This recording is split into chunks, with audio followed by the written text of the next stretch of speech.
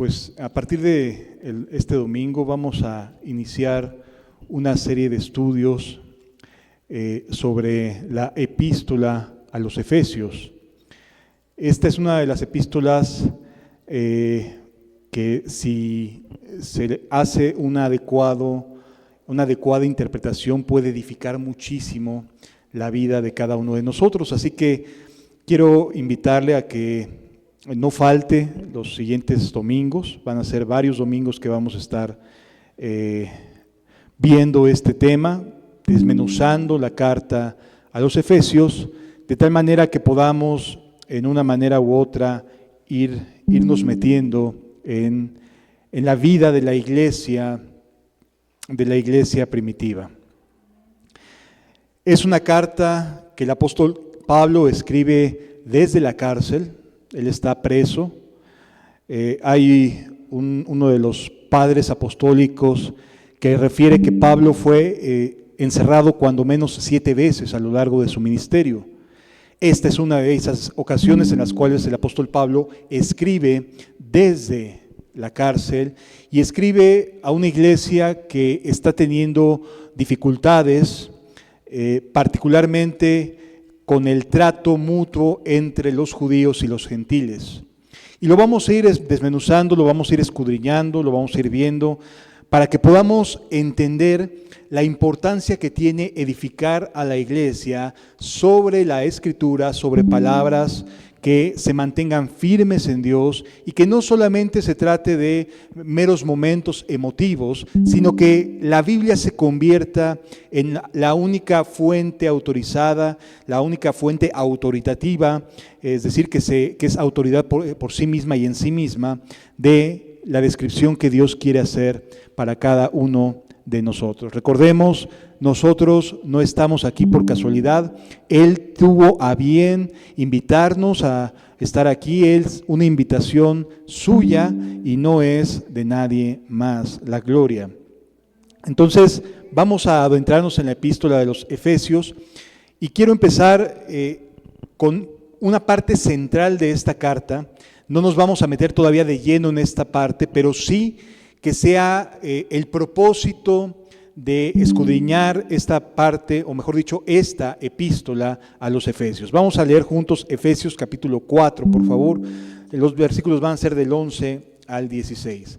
Efesios capítulo 4, versículos 11 al 16. Dice la Escritura, y Él mismo, está hablando de Jesús, viene hablando de Cristo, y Él mismo constituyó a unos apóstoles, a otros profetas, a otros evangelistas, a otros pastores y maestros. Estos ministerios que se desarrollan al interior de la iglesia tienen el propósito de edificar a la iglesia de Cristo. Si bien es cierto, ya no existen los apóstoles como los conocemos en la Biblia, quienes hayan sido testigos de la crucifixión, la muerte y resurrección de Jesús, sí es verdad que la obra misionera, la obra de ser enviado, la palabra apóstol es enviado, ese sentido y ese deseo de Cristo por seguir enviando personas a predicar su palabra a otros países, a otros lugares de la República Mexicana o de los distintos países desde donde vean esta enseñanza, ese espíritu apostólico de envía a tal persona sigue estando presente y vigente en nuestros días. No es lo mismo que la autoridad apostólica de los 12, a los cuales Él llamó a cada uno y los fue guiando para poder sentar las bases de lo que hoy es la fe cristiana. ¿De acuerdo?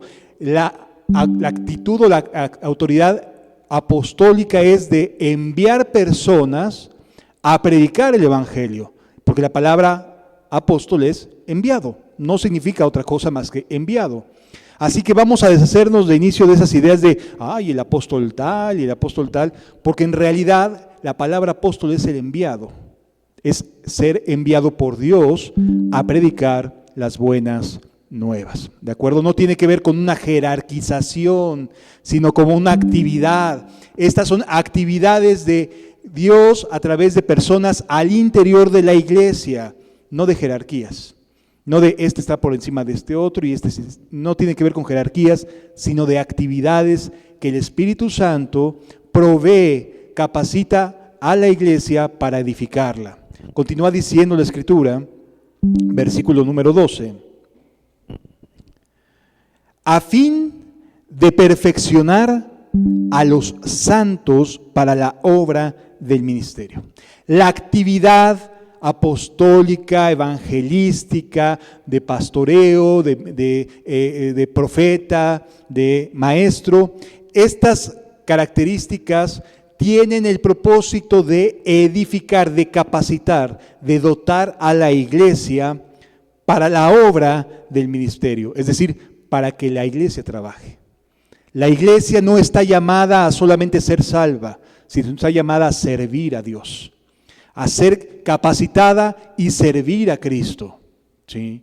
Así que los ministerios aquí descritos tienen ese propósito: perfeccionar a los santos para la obra del ministerio, para la edificación del cuerpo de Cristo.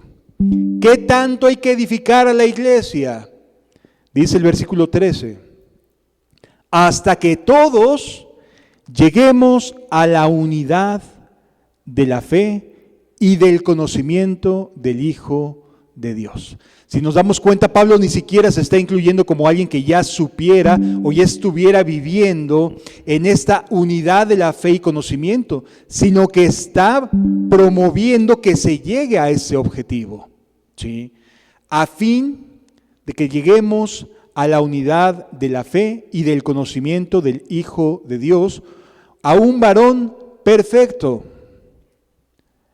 a la medida de la estatura de la plenitud de Cristo, no solo de Cristo, sino de la plenitud de Cristo, para que ya no seamos niños fluctuantes, llevados por doquiera de todo viento de doctrina, por estratagema de hombres que para engañar emplean con astucia las artimañas del error, sino que siguiendo la verdad en amor, y recalco en amor, la verdad es en amor, crezcamos en todo aquel que es la cabeza, esto es Cristo, de quien todo el cuerpo bien concertado y unido entre sí, por todas las coyunturas que se ayudan mutuamente, según la actividad propia de cada miembro, que cada miembro recibe su crecimiento para ir edificándose en amor.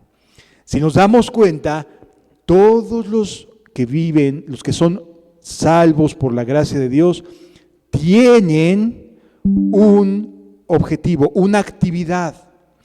Y los ministerios fungen con dos motivos. Uno, para que las personas no sean arrastradas de aquí para allá por todo viento de doctrina, para edificar la iglesia a fin de que la iglesia sea capaz de hacer buenas obras, de ir a ese estado de perfección o de madurez cristiana a la plenitud de Cristo. ¿De acuerdo? El propósito de esta carta, en esencia, es limar asperezas entre judíos y gentiles, como vamos a ir viendo, y edificar al cuerpo de Cristo, para que no seamos llevados por doctrinas de aquí para allá, y más ahora que en internet hay de todo para todos, según los gustos, ¿no?